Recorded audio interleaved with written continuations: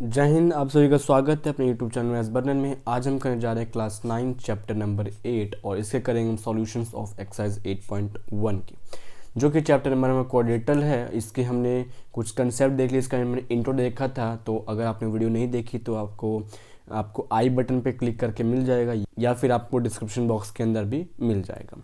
ये उसका पार्ट 1 है। क्यों इस एक्सरसाइज में हमारे पास टोटल 12 क्वेश्चंस हैं। इसको हम 3 पार्ट में करने वाले हैं टोटल। तो ये इस वीडियो का सबसे पहला पार्ट बनेगा, इस एक्सरसाइज का सबसे पहला पार्ट बनेगा।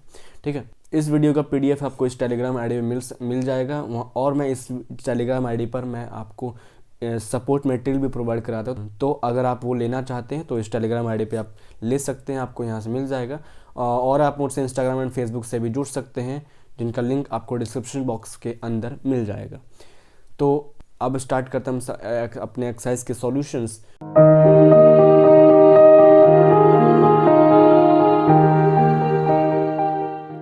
देखिए हमारे पास सबसे पहला क्वेश्चन क्या दे रखा है कि सबसे पहला क्वेश्चन था angles of quadrilateral are in ratio 3:5:9:13 find all the angles of quadrilateral. बहुत आसान सा क्वेश्चन है। इस क्वेश्चन में हमसे ये बोला कि एक क्वाड्रेटल हमें दे रखा है, मीन्स हम बना लेते हैं क्वाड्रेटल बना लेते हैं एक तरह का, कि हमको एक क्वाड्रेटल दे रखा है हमने जी ए, ये हो गया बी, ये हो गया सी एंड दिस वन दिस। ठीक है, तो अपने को ये सारे एंगल्स दे रखे, लेकिन ये सारे एंगल्स हमें रेशियो में गिवन है। ठीक है, हमें ये सारे के सारे हमें क्वेश्चंस हमें वैल्यूज रेशियो के अंदर गिवन है। हमें इस रेशियो को सॉल्व करते हुए इनकी वैल्यूज हमें पता करनी है। बहुत आसान सा क्वेश्चन, बहुत सिंपल क्वेश्चन। तो ऐसे करना है, जब भी रेशियो वाले क्वेश्चन दिए जाएंगे तो हमें रेशियो को ही लेट कर लेना है। ठीक है, इसका सबसे बढ़िया मेथड यही होता था, let the ratio be x. हम लोग मान लेते हैं कि रेशियो हमारे पास x है। ठीक है, तो इसके आगे हम लोग ये लिखेंगे एंगल ए, इसको हम लोग मान लेंगे 3x। कहाँ से है 3x? यहाँ पर जो रेशियो में गिवन है 3, इसी को हम लेंगे 3x और उसके साथ x लगा दें मतलब। और एंगल बी देखिए नेक्स्ट वैल्यू अपने पास 5 है, इसका मतलब हम उसकी वैल्यू को लेंगे 5x। फिर एंगल सी की वैल्यू देखो 9 है, तो यहाँ value 9x and angle D की वैल्यू हो जाएगी 13x हो जाएगी। ठीक है, ये अपने पास सारे के सारे एंगल आ चुके हैं। अब देखिए, अब हम क्या जानते हैं, किसी भी क्वाड्रेटल हमने प्रॉपर्टीज़ देखी हैं, जो वीडियो आपको मिल जाएगा उसका हमारे डिस्क्रिप्शन बॉक्स के अंदर। तो उसके अंदर हमने देखा है, हमने पढ़ा है कि किसी भी क्वाड्रेटल के एंगल्स जो होते हैं वो सभी के सभी एंगल्स का प्लस हमेशा 360 के बराबर होता है। तो यहाँ से हम लोग ये कह सकते हैं कि पहले इसको हम ऐसे लिखते हैं फॉर्मूले के हिसाब से, angle A plus angle B plus angle C plus angle D, ये सभी के सभी मिलकर कितने का हो गया 360 डिग्री। हमें यहाँ पे रीज़न लिखना बहुत ज़्यादा ज़रूरी है कि sum of all angles of quadrilateral is 360 degree, कि किसी भी क्वाड्रिलेटरल के सारे एंगल्स का प्लस हमेशा 360 डिग्री होता है।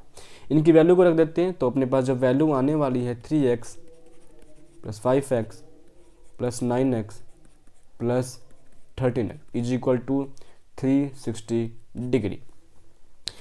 इसको हम प्लस करेंगे तो अपने पास ये बन रहा है टोटल 30x हमारे पास बन जाएगा। 360 डिग्री के आंसर आ रहा है बराबर, x की वैल्यू अपने पास 360 अपॉन 30 अपॉन 0 से 0 कट हो जाएगा, 3 के टेल में 12 पर चला जाएगा, x की वैल्यू अपने पास 12 आ जाएगी। ये जो x की जो वैल्यू आई है रेशियो था, क्योंकि हमने रेशियो किसको माना 12 माना था, x माना था। तो अपने पास x वैल्यू तो मतलब मीन्स हमारे पास रेशियो की वैल्यू आ चुकी है।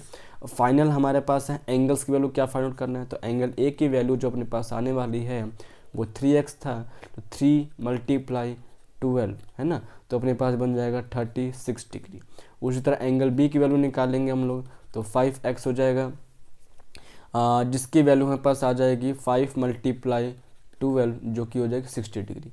उसी तरह फिर एंगल सी है, एंगल सी की वैल्यू देखें 9x हमें पास था, जो कि 9 × 12 हमारे पास बन जाएगी 108 डिग्री। एंड एंगल डी की वैल्यू अपने पास बन जाएगी कितनी 13x है, जिसकी 13 × 12 हमारे पास 156 डिग्री हमारे पास बन जाएगा। तो ये अपने पास आंसर जो है, अगर मुझे चेक करने हैं कि ये मेरा आंसर ठीक है कि नहीं, तो हम लोग क्या जानते हैं कि 4 एंगल्स है, अगर इन चारों एंगल्स को मैं प्लस करके देखूं तो अगर इनका आंसर 360 ही दे रहा होगा तो अपना ये आंसर बिल्कुल सही है, नहीं तो गलत हो जाएगा। ठीक है, तो हम लोग इस तरीके से इसको चेक कर सकते हैं।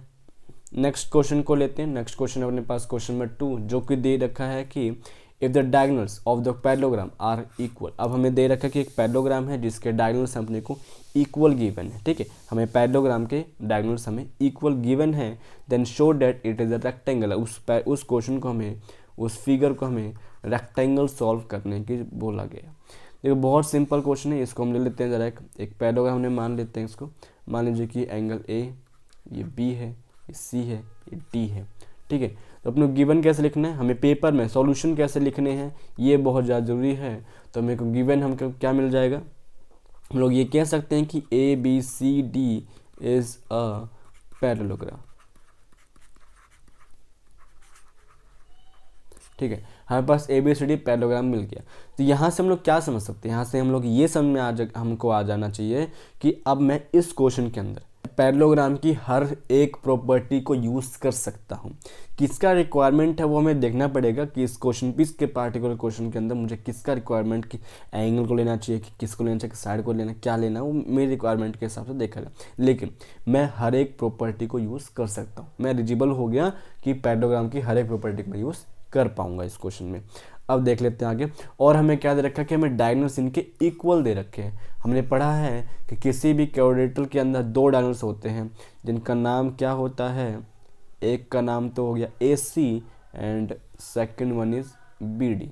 तो यहाँ से हम लोग को क्या मिल गया, यहाँ से हमें ये चीज़ मिला है कि A C is equal to B D. हमको गिवन में ये सब चीज़ें मिल चुकी हैं। नेक्स्ट पार्ट हमको देखना है कि टू प्रूफ में क्या आने वाला है। टू प्रूफ वो पार्ट होता है जिसको हमें प्रूफ करना होता है। इस क्वेश्चन के अंदर हमें ये प्रूफ करना है कि जो फिगर है वो एक रेक्टेंगल शेप है,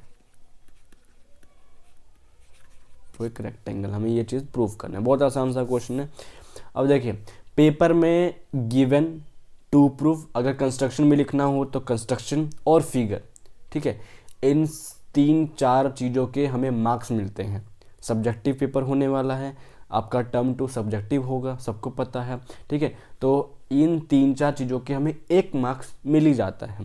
ठीक है, तो अगर आपको क्वेश्चन नहीं आ रहा है तो अगर आप इतना भी लिख के आ जाएंगे तो हमें 1 मार्क्स मिल जाता है। तो इसको तो ध्यान रखना है। अब इस क्वेश्चन को प्रूफ कैसे करना है वो समझ लीजिए जरा। हमको इसको प्रूफ करने के लिए कुछ जुगाड़ करने पड़ेंगे। वो जुगाड़ हमें क्या है, वो जुगाड़ हमने जो पहली वीडियो देखी है या पहली वीडियो आपने देखी है उसको हमें देख के समझना पड़ेगा। हमने पैरेललोग्राम में पढ़ा था कि इनके साइड्स, अपोजिट साइड्स इक्वल होते हैं। वही प्रॉपर्टी रेक्टेंगल के भी होती है। तो हमको डिफरेंस ढूंढना है एक तरह से, है ना। तो इसके अंदर में कोई डिफरेंस मिला नहीं। अगर हम एंगल्स की बात करें तो हम लोग ये जानते हैं कि पैरेललोग्राम और रेक्टेंगल दोनों के ही आमने सामने के एंगल्स बराबर होते हैं। मीन्स अपोजिट एंगल्स क्या होते हैं, बराबर होते हैं। ये भी हम जानते हैं, डिफरेंस मिला नहीं यहाँ भी। लेकिन एक प्रॉपर्टी हमने यही पढ़ी थी कि जो रेक्टेंगल होते हैं इनके एंगल्स 90 डिग्री के होते हैं, लेकिन पैरेललोग्राम का ऐसा नहीं होता है ना। हमने ये चीज़ पढ़ा था। तो यही चीज़ मैं डिफरेंस लेकर के इसी चीज़ को बस प्रूफ करने चल देते हैं कि हम रेक्टेंगल को, जो इनके एंगल्स हैं ना, वो मुझे 90 डिग्री प्रूफ करने पड़ेंगे। Means angle A, angle B, angle C and angle D, इन सभी की वैल्यूज़ को मुझे 90 डिग्री प्रूफ कर दूंगा।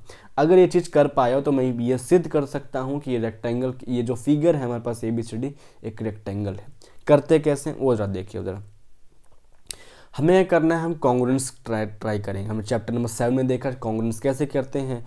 तो हमें क्योंकि देख डायगोनल हमें यूज़ करने को बोल रखा है, हमें डायगोनल मतलब दे रखा है तो यूज़ करना ही पड़ेगा। तो हमें ऐसे कुछ ट्राइंगल्स ले लेंगे जिसके अंदर डायगोनल्स यूज़ हो और हम कुछ 3 वैल्यूज़ को यूज़ भी कर पाएँ। तो देखिए अगर मैं ये लेता हूँ in triangle A C D and triangle B C D, ये हमने ले लिया है ना। A C D and B C D को हमने पार्ट को ले लिया। तो इसके अंदर देख लीजिए हम लोग क्या जानते हैं कि पैरेललोग्राम के अपोजिट्स क्या होती है, बराबर होती हैं। तो हम लोग यहाँ से ले सकते हैं कि A D is equal to B C. ये हमें क्या चीज़ है, गिवन है। क्यों गिवन है, क्योंकि पैरेललोग्राम में गिवन था, उस पैरेललोग्राम की प्रॉपर्टी हम जानते ही हैं। उसके बाद हम लोग को फिगर में दिखाई दे रहा होगा C D is equal to C D, जो कि कॉमन बनाने वाला है दोनों। ये चीज़ भी हमें मिल चुका है। एंड थर्ड वन हमें दे रखा है कि A C is equal to B D, ये चीज़ भी हमें समझ में आ चुका है यहाँ से। तो ये हमें ये भी पार्ट हमें गिवन है ना। तो अगर ये चीज़ गिवन है तो हम लोग क्या कर सकते हैं कि ट्राइंगल ए सी डी हमारे पास कॉन्ग्रुएंट बन जाएगा ट्राइंगल बी सी डी के, किस वजह से, by S S S rule से हमारे पास ये कॉन्ग्रुएंट होगा। अगर इतना हो चुका है, अगर ये चीज़ कॉन्ग्रुएंट हमें समझ में आ चुकी है, इतना हमें समझ में आ चुका हो, तो हम जानते हैं कि कॉन्ग्रुएंट हम क्यों करते हैं। कॉन्ग्रुएंट से हमें क्या मिल जाता है, जिन दो ट्रायंगल को हमने कॉन्ग्रुएंट किया है उनके हर एक पार्ट, हर एक साइड्स और हर एक एंगल्स आपस में बराबर हो जाते हैं ना। हमने ये चीज़ आपने पढ़ा होगा चैप्टर नंबर 7 के अंदर। तो यहाँ से हम लोग ये कह सकते हैं कि जिसका रिक्वायरमेंट है मैं वही लेने वाला हूँ, ऐसा नहीं कि सब कुछ लिखने की कोशिश कर दूंगा। यहाँ पे मेरी रिक्वायरमेंट ओनली है angle C and angle D का। तो हम लोग कह सकते हैं कि एंगल सी और एंगल डी जो है बराबर हो जाएगा, क्यों, सी पी सी टी से। सी पी सी टी का फुल फॉर्म आप जान लीजिए, सी पी सी टी का फुल फॉर्म होता है congruence part of congruence triangle. Congruence triangle जो बना है हमारे पास, उसका एक पार्ट को हम लोग यूज़ करने वाले हैं एज अ पार्टिकुलर क्वेश्चन, किसी भी क्वेश्चन के अंदर हम यूज़ करने वाले हैं, ठीक है। तो यहाँ से हम कोई चीज़ हम लोग ले लेंगे कि एंगल सी और एंगल डी हम लोग इक्वल हमने देख लिया, इतना हमने प्रूव कर दिया।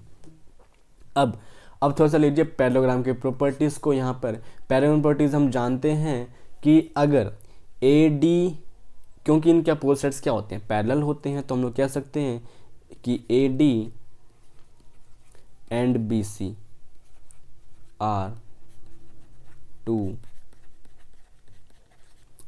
parallel lines and CD act as a transversal line, ठीक है। तो CD क्या बन जाएगा, transversal line, and AD and BC क्या है, अपने पास पैरेलल लाइन्स है। तो हम लोग क्या जानते हैं, यहाँ से हम लोग ये चीज़ समझ सकते हैं ना कि ये जो एंगल D है और ये जो एंगल C है, ये दोनों हमारे पास दोनों, इनका दोनों का सम कितने का होता है, 180 का होता है, ये से हम जानते हैं। तो angle C plus angle D is equal to होता है 180 डिग्री। तो क्या लिख देंगे यहाँ पे कि sum of interiors angles of transversal line, ठीक है। तो कि ट्रांसवर्सल लाइन के बीच में जो एंगल्स यहाँ पे फंस रहे हैं एक साइड में, तो उनको हम लोग 180 के बराबर रख सकते हैं। Angle C plus angle D यहाँ से हमारे पास इतना बन चुके हैं। अब सी और डी हम जानते हैं कि दोनों बराबर होते हैं, तो angle C plus angle C is equal to 180 degree में कह सकता हूँ, क्योंकि एंगल सी हमने एंगल डी के बराबर हमने सिम्प्लिसिटी में देखा था, ठीक है। तो 2 times of angle C is equal to 180 degree, then angle C is equal to 180 upon 2 means ये आ गया 90 डिग्री के। तो एंगल सी अपने पास आ चुका है 90 डिग्री। अगर एंगल सी अपने पास 90 डिग्री आ चुका है, तो अब हम क्या जानते हैं, हम लोग ये जानते हैं कि सी और डी बराबर था, तो एंगल डी भी हमारे पास 90 डिग्री के बराबर ही आ जाएगा। अब एक प्रॉपर्टीज़, हम लोग ये प्रॉपर्टीज जानते हैं कि पैरेललोग्राम की अपोजिट साइड्स क्या, अपोजिट एंगल्स क्या होते हैं, बराबर होते हैं। तो सी के अपोजिट कौन पड़ रहा है, एंगल ए हो जाएगा, एंड ये भी 90 डिग्री बन जाएगा। एंड उसी तरह एंगल बी जो होगा वो एंगल डी के अपोजिट पड़ रहा है, तो ये क्या बन जाएगा, एंगल बी भी हमारे पास 90 डिग्री बन जाएगा। तो यहाँ लिख देंगे property opposite angles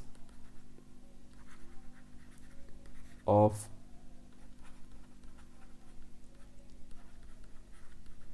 parallelogram are equal, है ना।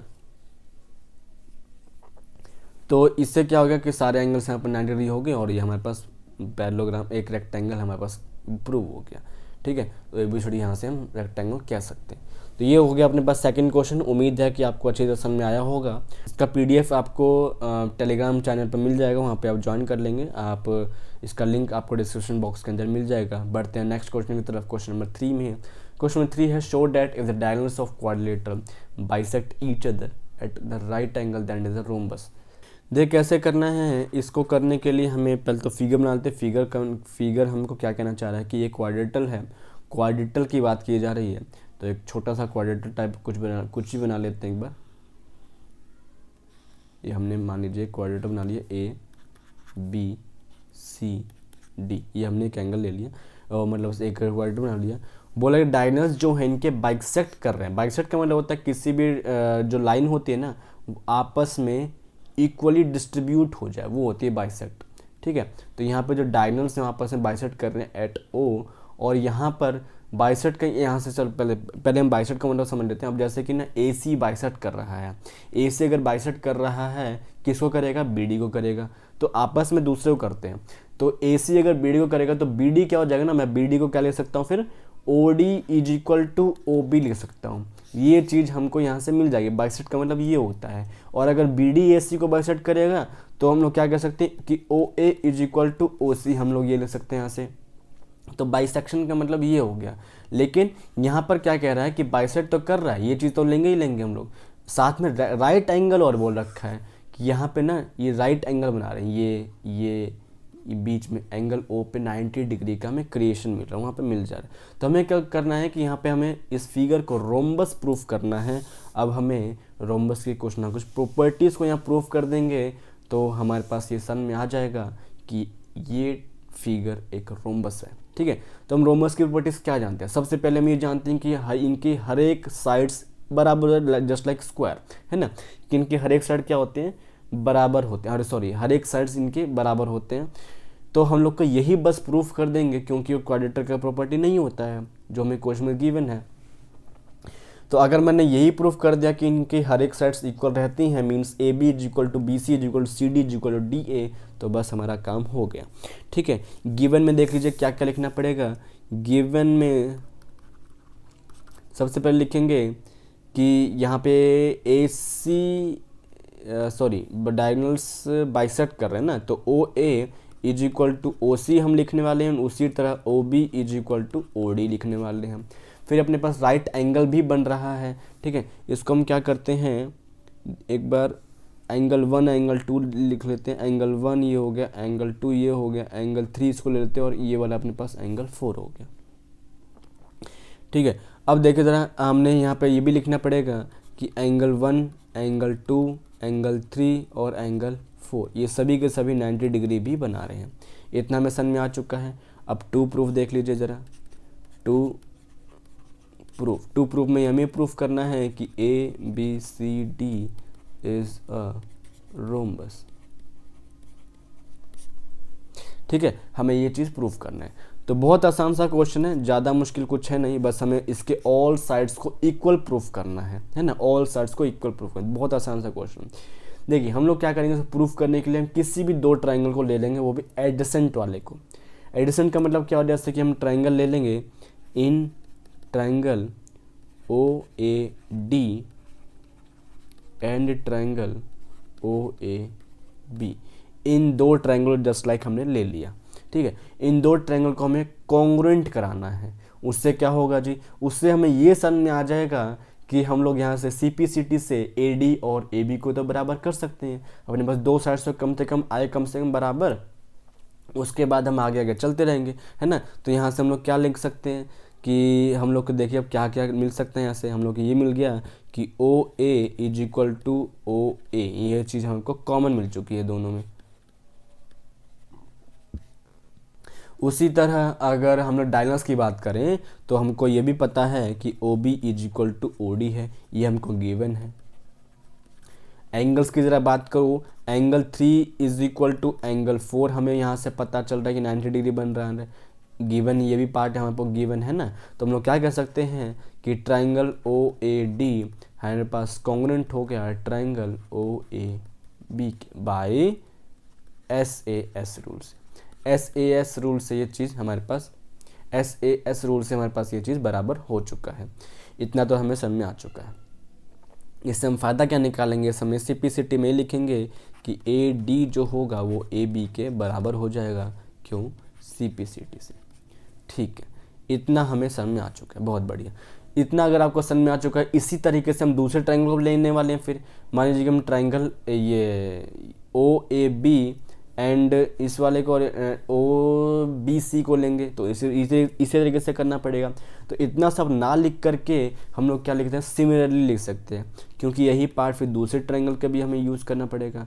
तो अगर हम सिमिलरली लिख करके ये चीज़ लिख दें कि यहाँ से हम लोग क्या लिखेंगे, AB is equal to BC and again फिर BC is equal to CD and then CD is equal to DA। ठीक है। यहाँ से हम इस सारे पार्ट को लिख सकते हैं। तो यहाँ से हमें क्या सेशन में आ गया, फ्रॉम ऑल द इक्वेशन, यहाँ पे हमें इसको हम इक्वेशन 1 मान लेते हैं, इसको equation 2, equation 3 and this one is equation 4। इतना सेशन में आ चुका है हमको। तो यहाँ से हम लोग क्या कर देंगे, यहाँ से हमें समझ में आ गया, then A B C D is a rhombus. ठीक है। आप ये भी लिख सकते हैं यहाँ पर कि थोड़ा सा स्टेटमेंट भी लिख सकते हैं, कोई दिक्कत नहीं। स्टेटमेंट में लिखना पड़ेगा कि because all the sides of the quadrilateral are equal then it is a rhombus. तो ये हो गया अपने पास क्वेश्चन नंबर 3 का प्रूफ। क्वेश्चन नंबर 3 का सॉल्यूशन हो गया अपने पास। नेक्स्ट क्वेश्चन तरफ बढ़ते हैं, क्वेश्चन नंबर 4। क्वेश्चन नंबर 4 हमें गिवन है कि show that the diagonals of the square are equal and bisect each other at the right angle. हमें यहाँ पे गिवन क्या है, एक स्क्वायर गिवन है। तो ज़रा समझते हैं, इसका फिगर पहले बना लेते हैं। ज़रा फिगर हमें, तो फिगर ज़रा बना लेते हैं। तो अपने को क्या चीज़ गिवन है कि ये एक स्क्वायर हमें गिवन है ना, कि ये एक स्क्वायर हो जाएगा, रेक्टेंगल शेप का बन चुका है, उससे कोई दिक्कत नहीं है हमें। तो ए बी सी डी हमको मान लेना है कि स्क्वायर है। तो गिवन में हमें क्या लिखना है, गिवन में ये लिखना है कि A B C D is a square. ठीक है। अब हमें शो क्या करने के, स्क्वायर के डायगोनल्स इक्वल हैं। हमें 3 क्वेश्चन यहाँ पे सॉल्व करने को मिल चुका है। हमें डायगोनल्स भी इक्वल करने हैं, बाइसेक्ट भी कराने हैं, एंड थर्ड पार्ट इनको राइट एंगल भी हमें प्रूव करना है। तो बस गिवन इतना ही है अपने पास। टू प्रूफ में हमें 3 चीज़ प्रूफ करनी है। सबसे पहला पार्ट हमें प्रूफ करना है इनके डायगोनल्स इक्वल होंगे। डायगोनल्स अगर इक्वल होंगे तो हमें फिगर के हिसाब से देखा जाए तो हमें यहाँ पर A C is equal to B D proof करना पड़ेगा। सेकंड बात है बाइसेक्ट कराना है। बाइसेक्ट को देखें तो सेकंड पार्ट में हमें ये देखना पड़ेगा कि O A is equal to O C and O B is equal to O D proof कराना पड़ेगा हमें। एंड थर्ड पार्ट में अगर हम कहें कि राइट एंगल प्रूफ करना है तो इसको हम दूसरे पेन से दिखा देते हैं। तो यहाँ से हम लोग ये कह सकते हैं कि angle 1 is equal to angle 2 is equal to angle 3 is equal to angle 4 is equal to 90 degree. इन सभी को हमें 90 डिग्री प्रूफ करना है। ठीक है, इतना चीज़ हमें पता चल गया। इस चीज़ के हमें क्या मार्क्स मिलेगा, इसकी चीज़ का हमें 1 मार्क्स मिलने वाला। प्रूफ कैसे करेंगे, प्रूफ में देख लेते हैं। सबसे पहले बात करते हैं फर्स्ट वाले पार्ट की। तो A C is equal to B D हमें प्रूफ करना है, मीन्स हमें यहाँ पर डायगोनल्स को इक्वल प्रूफ करना है। हमें पिछले क्वेश्चन में किया ही है, उसी तरीके से हम यहाँ भी कर देंगे। इन ट्रायंगल, फर्स्ट पार्ट यहाँ पे लेते हैं, इन ट्रायंगल क्या लेंगे, A C D and triangle B C D. Proof करिए ज़रा। जानते हैं कि यहाँ C D is equal to C D हमें मिल चुका है, कॉमन हो जाएगा चीज़ ये। उसी तरीके से हमारे पास और क्या मिल जाएगा, A D is equal to B C, हमें क्योंकि स्क्वायर का पार्ट है ना तो यहाँ पे गिवन लिख देंगे हम लोग ये चीज़। तीसरा हमें क्या मिलने वाला है कि हमें पता है कि स्क्वायर होना, स्क्वायर के जो एंगल्स होते हैं means A B C D जो वैल्यूज़ बनने वाली हैं वो सभी इसमें 90 डिग्री होती है ना। तो इस क्वेश्चन में इस ट्राइंगल के लिए हमें एंगल सी और एंगल डी की ज़रूरत है। तो ये चीज़ अपने पास क्या बन जाएगा, ईच 90 डिग्री का हमारे पास ये बन जाएगा। रीज़न हम लोग दे देंगे। तो यहाँ से हमें triangle A C D congruent बन जाएगा ट्राइंगल बी सी डी के। रीज़न हम लिखेंगे बाय SAS रूल्स। ये चीज़ यहाँ पर समझ में आ चुकी है। यहाँ से इतना अगर हमें समझ में आ चुका है तो हम रीज़न क्या लेने, मतलब CPCT से क्या लेने वाले। अब CPCT से हम लोग ये हेल्प लेने वाले क्योंकि इसके अंदर AC is equal to BD हम लोग यहाँ पे हमारे पे दोनों के पार्ट बन रहे हैं, एक का AC और एक ट्राइंगल का BD पार्ट है। तो यहाँ पे CPCT से हम लोग यही मदद लेने वाले थे, इस वजह से हमने प्रूफ किया था। तो अपने फर्स्ट पार्ट प्रूव हो चुका है। सेकंड पार्ट को ज़रा देखते हैं हम। सेकंड पार्ट में देखिए अपने पास OA is equal to OC proof करना है। तो हम लोग इसके अंदर क्या करने वाले हैं कि इसके अंदर हमें अपोजिट ट्राइंगल्स को कॉन्ग्रुएंट कराएंगे इस पर। ठीक है, हमको बाइसेक्ट कराना है, OA is equal to OC and OB is equal to OD कराना है। तो हमें इसके अंदर अपोजिट ट्राइंगल्स को बाइसेक्ट कराएंगे। बहुत आसान सा क्वेश्चन है भी। तो सेकंड पार्ट देखिए कैसे प्रूफ करना है। हम लोग कोई भी अपोजिट ट्राइंगल ले सकते हैं। मान लीजिए कि इन ट्राइंगल हम लोग लेने वाले जो हैं, हम लोग जो लेने वाले हैं वो ट्राइंगल हम लेंगे। मान लीजिए कि हम लोग लेने वाले AOB एंड ट्राइंगल COD। इन दो ट्रायंगल हमने ले लिया। इसे हम जानते हैं कि AB इज इक्वल टू तो CD होता है, ठीक है, इक्वल साइड्स हो जाएंगे, इक्वल साइड्स बन जाएंगे। यहाँ से हमें ये चीज़ समझ में आ चुकी है। इसके बाद हम ये जानते हैं कि स्क्वायर जो होता है पैरेललोग्राम होता है एक तरह का, है ना, क्योंकि उसके अपोजिट साइड्स जो होती हैं वो पैरेलल्स भी होती हैं। पैरेलल हुई तो हम अल्टरनेट इंटीरियर एंगल वाली प्रॉपर्टी तो यूज़ कर ही सकते हैं। तो ये हमारे पास एंगल, इसको अगर मैं एंगल 5 मानूंगा और ये एंगल 6 हो जाएगा, ये एंगल 7 हो जाएगा and this one is angle 8। तो अगर AB and CD parallel lines हैं और ये जो लाइन जहाँ डायगोनल्स हैं AC एंड BD, अगर डायगोनल्स इनको ट्रांसफर की तरह एक्ट करा हूँ तो अपने पास ये मिल जाएगा कि angle 5 is equal to angle 6 हो जाएगा and angle 7 is equal to angle 8 हो जाएगा। क्यों? अल्टरनेट इंटीरियर एंगल, इस प्रॉपर्टी को यूज करते हम लोग ये चीज़ लिख सकते हैं ना। तो ट्रायंगल हमारा कॉन्ग्रुएंट हो गया। ट्रायंगल हमारे पास कौन सा? AOB कॉन्ग्रुएंट ट्रायंगल COD के। क्यों? बाय AAS रूल से हमारे पास ये कॉन्ग्रुएंट हो चुका। अब हम लोग CPCT से क्या यूज़ कर सकते हैं? CPCT हम लोग ये कह सकते हैं कि हमारे पास OA is equal to OB हो चुका है एंड OC तो यहाँ पे आना था, गलती हो गई, एंड ये हमारे पास हो जाएगा OB is equal to OD। हमारे पास ये चीज़ प्रूव हो चुका है। तो इससे क्या हो जाएगा? CPCT से हमारे पास ये चीज़ प्रूव हो जाएगा। तो हमने 2 पार्ट तो प्रूफ कर दिया, थर्ड पार्ट को लेते हैं। थर्ड पार्ट को लेने के लिए हमें क्या करना है? एंगल 1 और इन जो एंगल्स हैं वो हमें प्रूफ करना है 90 डिग्री।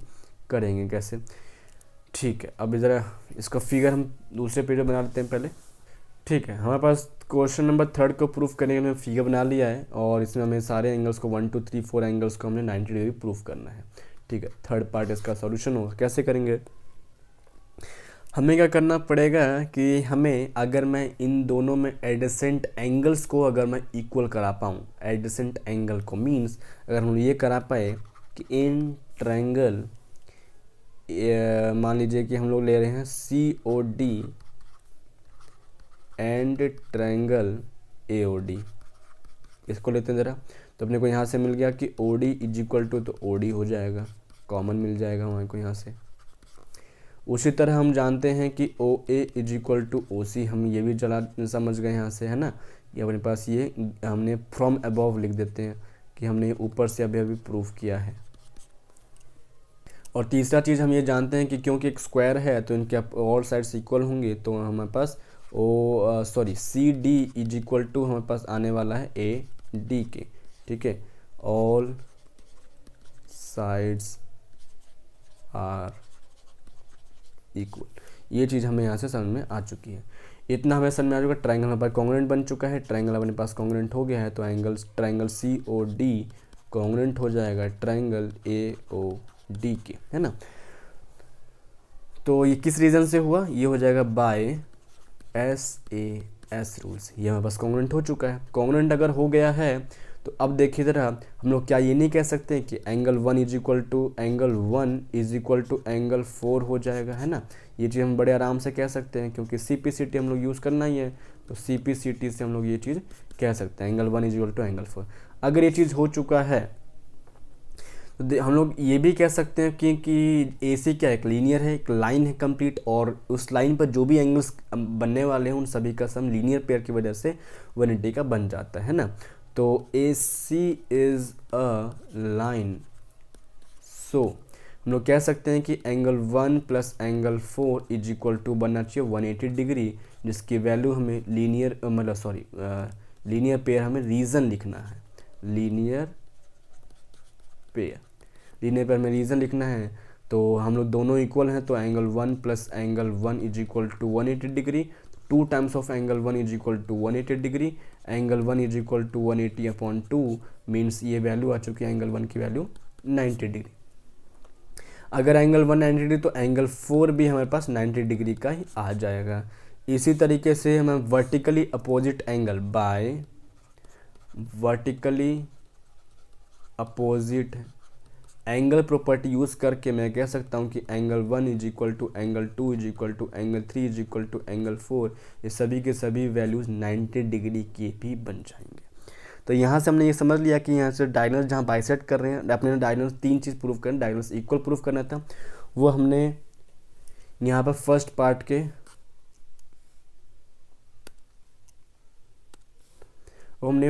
के अंदर ये चीज़ प्रूव कर दिया यहाँ पर कि इनके डायगोनल्स क्या हो जाएंगे, इक्वल हो जा रहे हैं ना।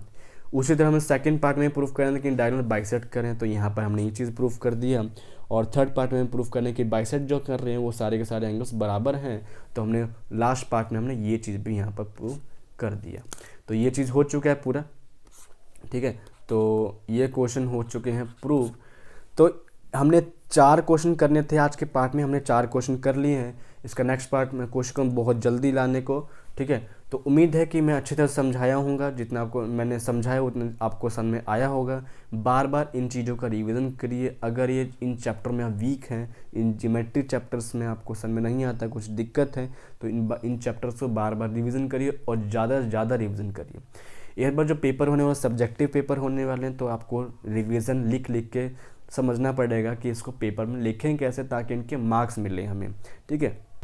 इस वीडियो की पीडीएफ आपको टेलीग्राम आईडी में मिल जाएगी, वहाँ से आप पीडीएफ को ले सकते हैं और आप मुझसे इंस्टाग्राम और फेसबुक से भी जुड़ सकते हैं, जिसका लिंक आपको डिस्क्रिप्शन बॉक्स के अंदर मिल जाएगा। तो आज के लिए इतना ही, थैंक यू।